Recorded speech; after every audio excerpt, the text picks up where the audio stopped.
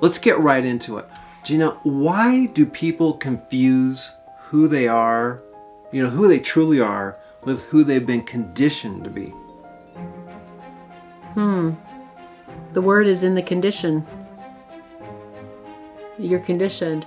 And you've also heard the stories about the eagle that was raised by the chickens. And that's conditioning. It's not through any kind of harmful intent most of the time, but it's in the conditioning. And the chickens don't really fly. The chickens peck around and get their grain from the floor of the chicken pen or out in the pasture, however that setup is set up. And they lay their eggs and they have their cycle, their life cycle, and that's the life of a chicken, and a chicken is quite happy as a chicken. And so the eagle who can soar on some pretty stiff winds. We have eagles just out our window. We're blessed with a lot of wildlife and birds of prey just literally right outside our window. And there can be some pretty stiff winds come, and they just soar on those winds, and just without effort. Of course, it probably is without effort. With effort, but it doesn't look like it. And they just catch those winds, and they'll just get up and up and up, higher, higher, until they're just out of sight. That's what they're built for. They're magnificent hunters. Thank goodness, because we have all sorts of voles and mice and stuff. So we're glad that they are, along with the hawks. So the hawks and the eagles both, are just these magnificent flyers, and they're designed and built for that. They're built for speed, hunting. They can see. This is how they're built. But if they were to be raised in a space where their whole herd, their flock, what they were surrounded with, they would gain what was their normal from the group that raised them. And we're no different. Now, is the instinct in there? Yes. Is the DNA in there? Yes. And I feel that that's a similarity as well. We need to dive into this and take a look at this together. It's like, why do we, I know there's so many amazing studies and conversations, but I don't really want to rabbit trail down there, around why we struggle with the idea of conformity. That's one of the reasons that, we don't break out and just be ourselves from the get-go, is there's a feeling I need to conform. And I know at a time in our evolution of humanity that there was a real, it kept you alive reason, right, for that. But in that, we look around us and we say, what's acceptable? And we determine through our lens what's acceptable.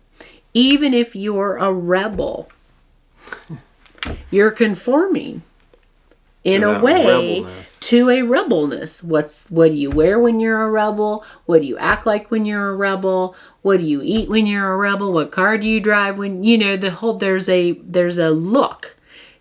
Pick, if you are religious, there can be a look. If you're from, any space and time, there's regions of the country. There's a look, there's a sound, there's often a food. And there's nothing wrong with that in itself. The part that starts to influence who we are as individuals is that I am not that at my core, therefore I must change. Now, if you truly love hamburgers, then there's no conformity. But if you have the belief to be accepted, you have to eat hamburgers, then you're shifting who you authentically are. Well, what I know about this is that when we were younger, and this is not to put blame or guilt or anything like that, but just most of us want unconditional love. We like that idea, right? I mean, that's very appealing. Most of us think we have unconditional love. But the truth of the matter is, most of us have experienced conditional love. If you do X, Y, and Z, if you fall into line, if you conform, if you do this, then you will be loved, you'll be accepted. And that, I think, to me, is what prompts us to shift over. That could be. And I feel like we swap out sometimes who we are, what we really want, because we want that conditional love. Because if you don't have that, all you have left is fear, right? Or the unknown, or those kinds of things. So that's my take on it. But then, although it starts there, you've really helped me realize that there is love, derivatives of that, we call it things like that, or there's fear. And so once you start going down the fear path, fear builds on fear, and it might at the time just seem like I just made a small compromise. I mean, I wanted to do this, but I went this way, or I didn't say anything, or who knows what. It was a small thing. But that fork in the road, that Y in the road, gets bigger and bigger and bigger and bigger and bigger over time. And then you're here, looking at you here, and you're like, who is that person over there? Is that my shadow? Is that this? And it's actually the real you. Well, I remember, because one of my goals, probably 6 years ago, was to get down to be the most authentic person I could. That was my goal. And I started that journey with that specific intent. So as I did the healing and I did the work and I learned about who I was as a healer, because I am an intuitive, I am an energy, I work with energy. It makes sense to me. And my world around me growing up, nobody talked about energy. It's no guilt, no shame on anybody. They just didn't know. Right. And so it's really confusing and it's overwhelming, right? Yeah. So there's lots of factors there, but there was nothing to confirm that this was useful or good. So it shut down until later on in my life, 25 years ago. And many of you know that, when I started working with horses, the horses actually started opening up this side of me again. But it was a part of my most authentic me. So I was trying to operate on like a fraction of who I actually was. And then 5 years ago, I'm getting even deeper to really understand and develop the energy and intuitive skills at a whole new level. And as I was doing that, I just got more and more and more me. I started shedding these skins, so to speak, of beliefs and energy, because beliefs come from an experience, which is wrapped in an energy. So I was healing and shifting the energy and changing the beliefs, and all of a sudden I remember the day that I was like, whoa, I felt me. I was so not me in so many ways energetically, that the day that I was getting really close to being pretty doggone authentic, right? There's some energy here and there that was shifting, but it scared me. I didn't know her. And I had been working so hard to hide her. Unintentionally, intentionally. Like my brain didn't think, I'm going to hide me. Yeah. But just the life, like you said, I'm not going to do that. This isn't acceptable. Or this, boy, they're judging that. Excuse me. That over time, I had so many layers, I didn't even know me. Right. So when I got down to me, it scared me. And I recoiled back like, I don't know if that feels safe. Who's that? Who is that? Yeah, who is that? That makes a lot of sense. Because if you look at someone and they don't use their muscles, what happens? Atrophy, right? It's still there. The tendon's still there, the muscle's still there, but it shrinks down. So with you, who you were was still there. Mm-hmm. But since you hadn't used it, it kind of just shrunk down, got less. It was just buried. Okay. And then you take off all the other stuff, get to the real you, be able to use your muscles, use your intuition, use all the different gifts you have, then it starts flourishing. Mm-hmm. And I know I can say just the deep dive you have gone on in the last handful of years is just, it's like the snowball that just gets bigger and bigger and compounds interest. And it's just amazing to me how that has really happened. And then the work you've done with other people when they start out with self-doubt, with indecision, all these types of things. And then they're like, whoa, I need to go this direction. I can feel it now. I know it. And then they start rocketing off. Yeah, that's what happens. You get down to that authentic you, and the beautiful thing that starts happening after it probably freaks you out like it did me, especially if you were miles separated from it. In many ways, I was, and not in everything, but in many ways, I was. But what happens after you start to realize, okay, this is fine. This is what it feels like to be me. This is what it looks like. Then, though, contentment. When you're connecting at that level and you're doing your work at that level, you're doing that work at soul level, heart level. It's totally in line with you. And you're like waking up and you can't wait to get back to it. And you may be exhausted, but you still can't wait to get back to it. That's what happens when we get connected to that most authentic part of us. When we get down, get comfortable, and learn how they work. How does that part of you even work? Because some of us are so separated, we don't even know how we work as that person. What are your gifts? What are your strengths? What do you like? That seems so simple and basic, but some of that's exactly where it is, isn't it? So that's, I think, the beautiful moment is getting to, and I often say, I will introduce you to you. Yeah. Because now I'm connected to that piece. That's the journey work. We just had our 3-month class last night. Group of individuals working with me, and they're getting down to that most authentic part of themselves and getting to know who they are. And it's like, let's introduce you to you. And the excitement and the light that comes on, it's from inside out. It's not situational. It's You're not like giving it to them. I don't give it to you. You find it. But you go on a trip to Hawaii and you have a really good time. It's situational. That was fun and it was good for you. Mm-hmm. You get home, you get back to the grind, and that light goes dimmer and dimmer and dimmer. This is a light that's from the inside out.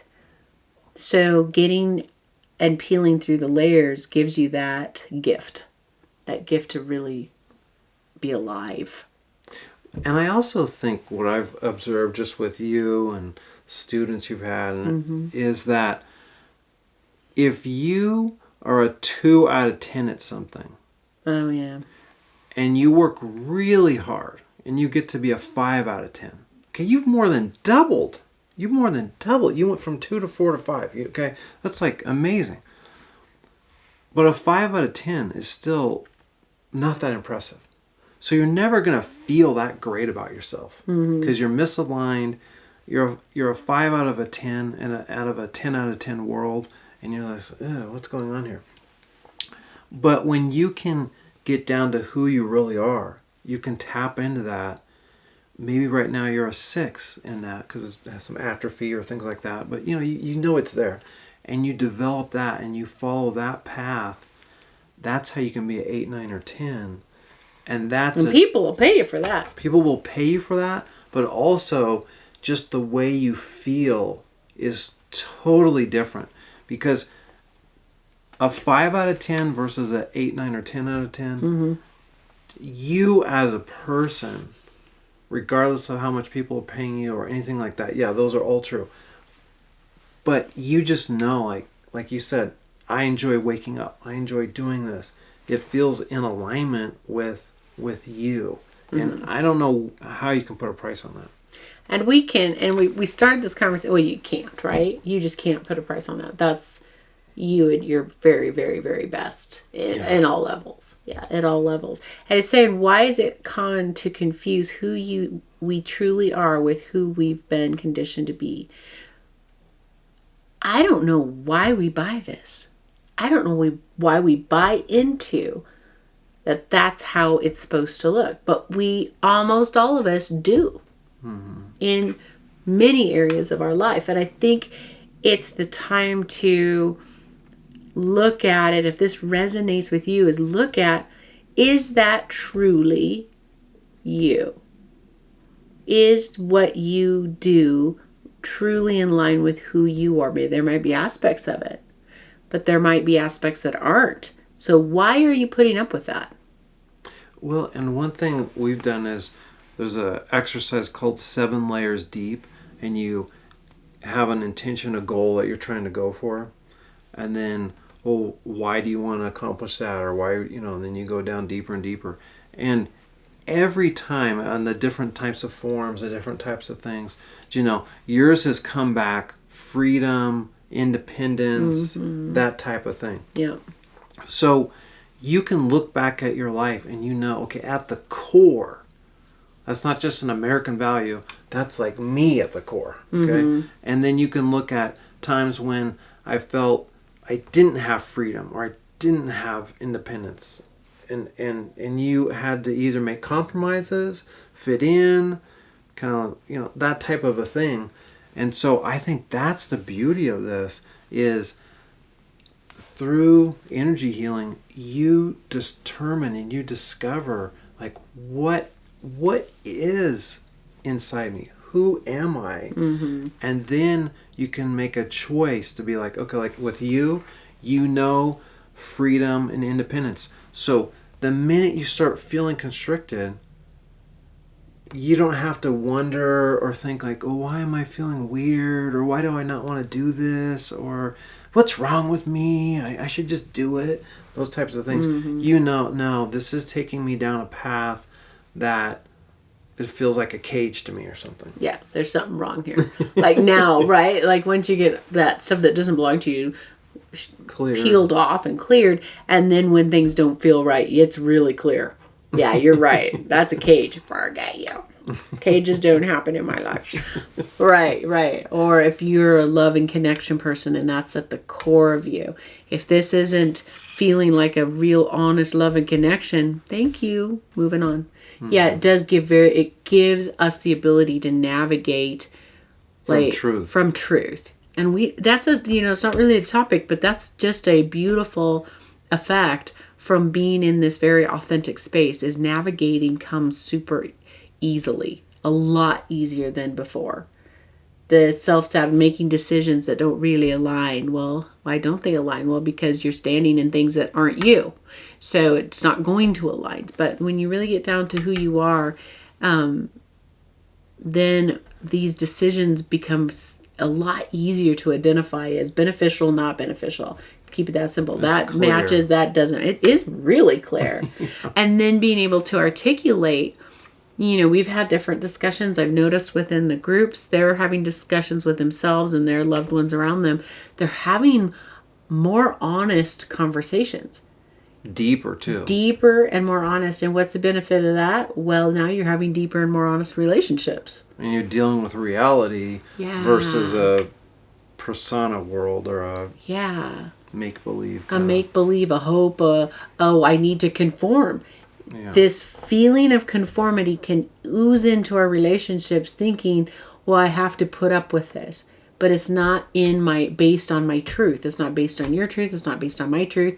The conversations we're having with our groups, it's what's in your truth. And on that, we build and we speak. And that builds, and like I said, that's where you get these deep relationships is in the honesty. But if you don't know yourself, if you don't know and you don't have an honest relationship starts with the one you have with yourself. Yeah, I totally agree with you. If this is really resonating with you, if you're like, man, I would like to tap into who I am, I would like to connect to my authentic self, I really encourage you to send Janell an email at janell@janellrae.com, and she'll get back to you because we have different programs available for you. She works with people of all different types of levels. So if you're thinking about like, wow, I've never really done this before, or this is kind of new, she works with those people, with you, okay? If you are someone who's like, look, I'm like kind of like a rock star on this, I've been doing this a lot, okay? She works with those people too. And so the thing I'm trying to get with you is that we're all at different levels. Do not feel intimidated. Don't feel like, oh, geez, I'm not good enough for this. You're good enough as you are right now. And if you feel the calling, the urge to connect with her, to like, man, I want to like tap into more who I am, that's all you need. In the other video, we talked about the hardest thing is taking the first step. Sometimes the hardest thing is sending her an email, contacting her. Then you get the ball rolling. See if it's a fit or not. I really encourage you to do that because this does work. I look forward to chatting with you.